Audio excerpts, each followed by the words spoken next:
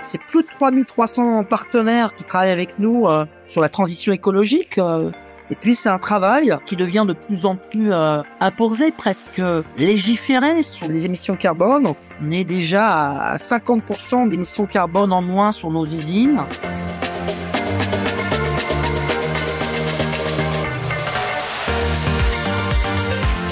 Bienvenue sur les voies du e-commerce, le podcast pour accélérer sa stratégie e-commerce et retail.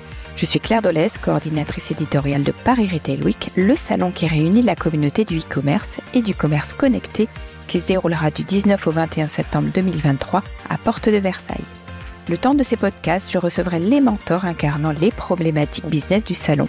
RSE, data, supply chain, parcours client agile, marketing, nouveaux paiements, marketplace et commerce omnicanal. J'échangerai avec eux pour disséquer les stratégies de leur marque et vous donner de précieux conseils pour répondre aux défis du e-commerce et du retail connecté. Aujourd'hui, j'ai le plaisir d'accueillir Alexandre Rubin, CEO France et Luxembourg d'Yves Rocher. Il nous parlera du modèle sur lequel repose le groupe familial d'Yves Rocher, inventeur de la cosmétique végétale qui a fêté ses 65 ans.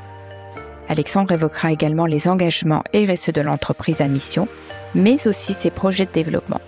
Il nous donnera également sa vision sur le contexte actuel du retail et comment il parvient à faire la part des choses face à toutes les tendances émergentes.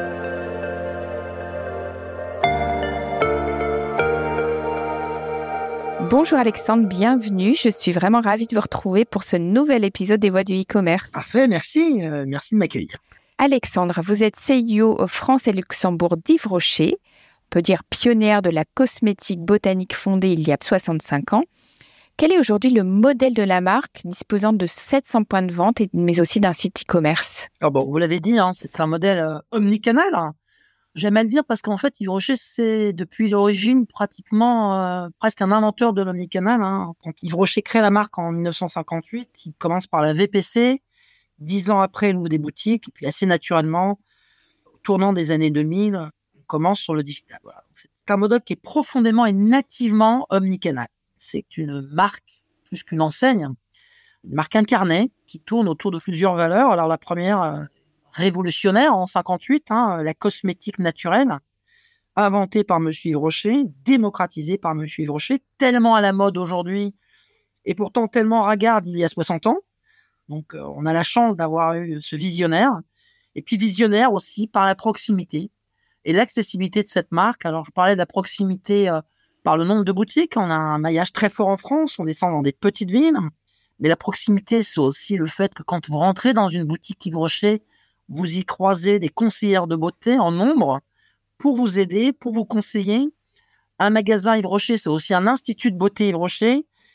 Et je peux vous assurer que l'expérience client, la relation client, quand vous êtes dans un salon de soins, ça se travaille, c'est compliqué. On est en face de femmes et c'est normal exigeant. Donc, c'est au cœur de nos sujets.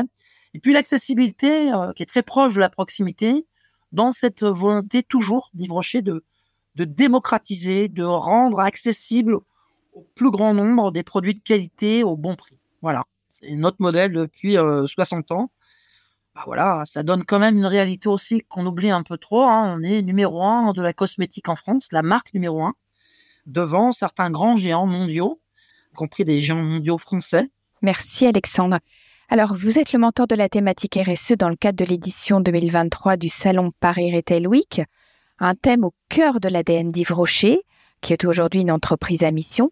J'aimerais que vous me disiez quelle a été son évolution, mais aussi le positionnement actuel, justement, à cet égard. La chance qu'on a, c'est que notre fondateur, monsieur Yves Rocher, a pensé cette marque, et à l'époque, on parlait pas de RSE comme une marque responsable, autour de 2 axes principaux pour moi. Le premier, il croyait en la cosmétique naturelle. D'accord. Et la deuxième chose, il croyait au Made in France et plus encore au Made in Bretagne. On aime à résumer notre façon de voir les choses autour de 3 grands piliers.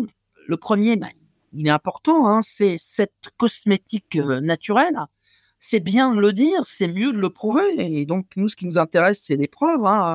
On a des produits naturels qui sont à 100% d'actifs botaniques.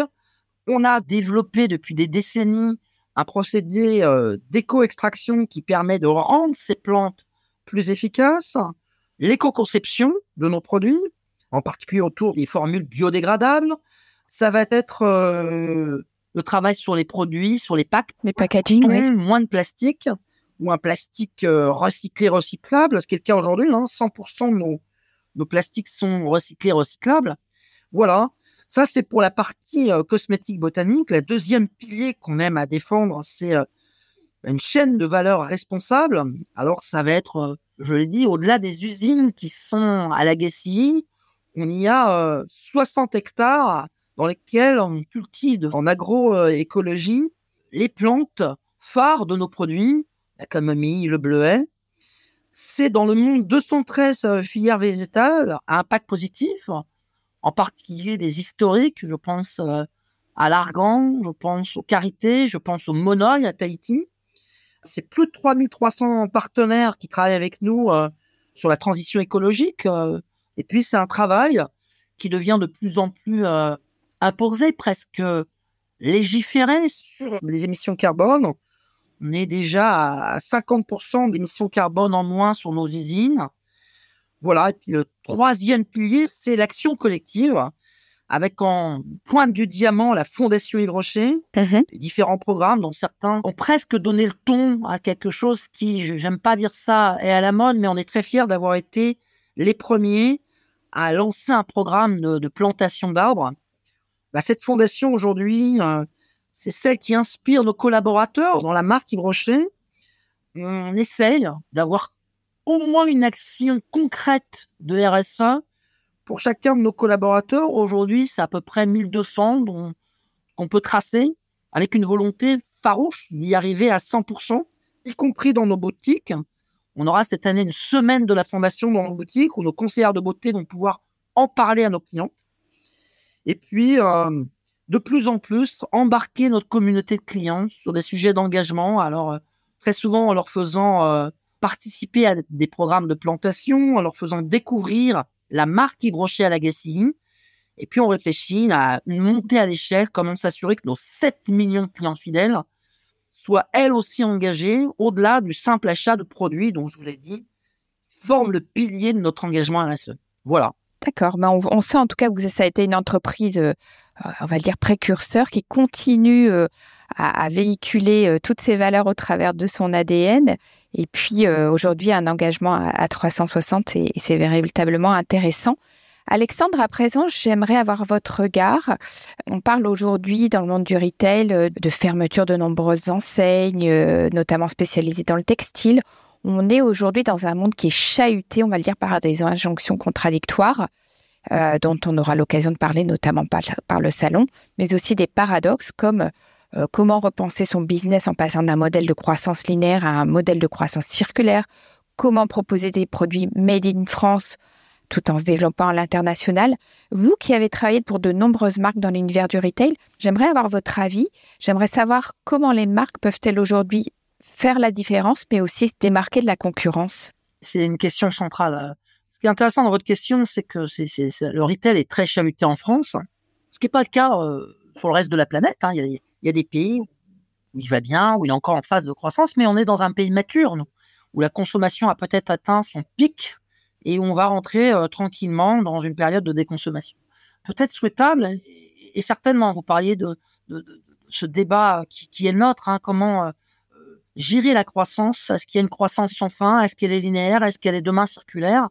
C'est des questions qu'on se pose et qu'on doit se poser parce que si on ne se les pose pas, nous, on les imposera. Pour répondre plus généralement à la question que vous posez, je pense que la première chose qu'une marque doit se poser, c'est quelle est ma promesse de marque? D'autres vont parler de vision. Moi, je parle bien de promesse de marque. Avant de parler de vision, c'est qu'est-ce qui fait la différence dans ce que je propose? Ce qui va constituer l'ADN de cette marque. Et la promesse de marque est importante si on voit que le produit est clé, mais il n'est pas suffisant. Si je suis une marque populaire, j'assume ce côté populaire. Si je suis une marque de niche, j'assume ce côté niche. Voilà. Je voudrais juste dire que le retail souffre et le Covid a fait accélérer ça par la fermeture des magasins pendant plusieurs mois sur 2 années. Mais la réalité, c'est que dans certains cas, les mots de certaines enseignes étaient bien avant. Le Covid était un effet accélérateur. L'autre chose qui me semble importante, c'est ce fameux développement. Vous avez dit, j'ai vécu dans beaucoup d'enseignes. J'ai trop souvent vu la croissance générée par le développement. J'ouvre des magasins, j'ouvre des nouveaux touchpoints, je crée des nouvelles façons. C'est très bien, mais finalement, ce qui compte, c'est d'arriver chaque année à faire mieux que l'année d'avant, ou en croissance de chiffres, mais surtout en rentabilité et en satisfaction client. Multiplier les touchpoints, multiplier les opportunités de vendre mes produits, c'est parfois une fuite en avant, et à un moment donné, de toute façon, ça s'arrête. Soit parce qu'ils se cannibalisent les uns les autres, soit parce qu'il y en a trop. Et on voit que le textile aujourd'hui, beaucoup d'enseignes sont morts d'un maillage trop fort, d'une internalisation mal digérée. Si vous n'avez pas un ADN, une promesse de marque forte, des valeurs, une vision, tout ça, vous ne pouvez pas y arriver. Et attention au développement pour le développement. Il explique en grande partie la disparition de certaines enseignes. Alexandre, quels sont vos projets justement de développement ou plutôt vos innovations? La première chose, c'est de travailler sur notre magasin, justement. On va lancer, là, ça va commencer au mois de juin et ça se terminera en octobre, revamping de tous nos magasins. Revamping. Ouais, alors pourquoi on parle de revamping? Je fais des rénovations. On a un concept fort qui a deux variantes, qui est dans tous nos magasins. On a réussi, nous, à déployer ce concept dans nos 700 magasins. Il faut le revamper, lui donner plus d'engagement, justement, sur quelle est notre marque, est-ce que vous connaissez tout d'Yves Rocher. Et ça, on veut le faire, mais on va le faire dans nos 700 magasins. Ça, c'est un vrai gros projet. C'est un défi parce qu'on veut le faire vite pour que tous nos magasins, tous nos clientes, et c'est ça l'expérience client. L'un des plus petits magasins dans une petite ville de l'Eure aura la même occasion de voir ce magasin que la cliente des Champs-Élysées. Ça, c'est la première chose. La deuxième chose, c'est des innovations sur les produits avec une vraie volonté d'accélérer sur les produits solides, la cosmétique solide, dont on sait qu'elle a un avantage, c'est qu'elle se dédouane du plastique en termes de packaging. On sait que la loi AGEC l'impose à terme. Le plastique, au-delà du fait qu'il doit être propre, qui est déjà le cas chez nous, puisqu'il est recyclé, recyclable, mais devra progressivement être moins présent.